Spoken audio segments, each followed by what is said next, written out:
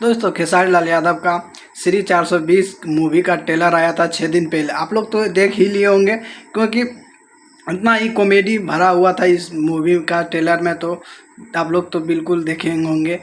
एक सॉन्ग है जिस सॉन्ग का नाम है ऐसा कोई नहीं जिसे हम ठगा नहीं।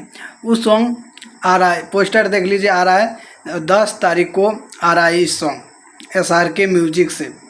तो आप लोग तैयार रहिए खेसारी लाल यादव का सॉन्ग देखने के लिए। और ये मस्त कॉमेडी टाइप का बनाया होगा क्योंकि इसमें कॉमेडी ही बहुत ज़्यादा कॉमेडी है इस मूवी में।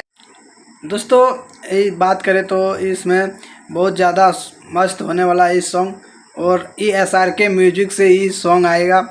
तो आप लोग तैयार रहिएगा 10 तारीख को इस सॉन्ग को सुनने के लिए।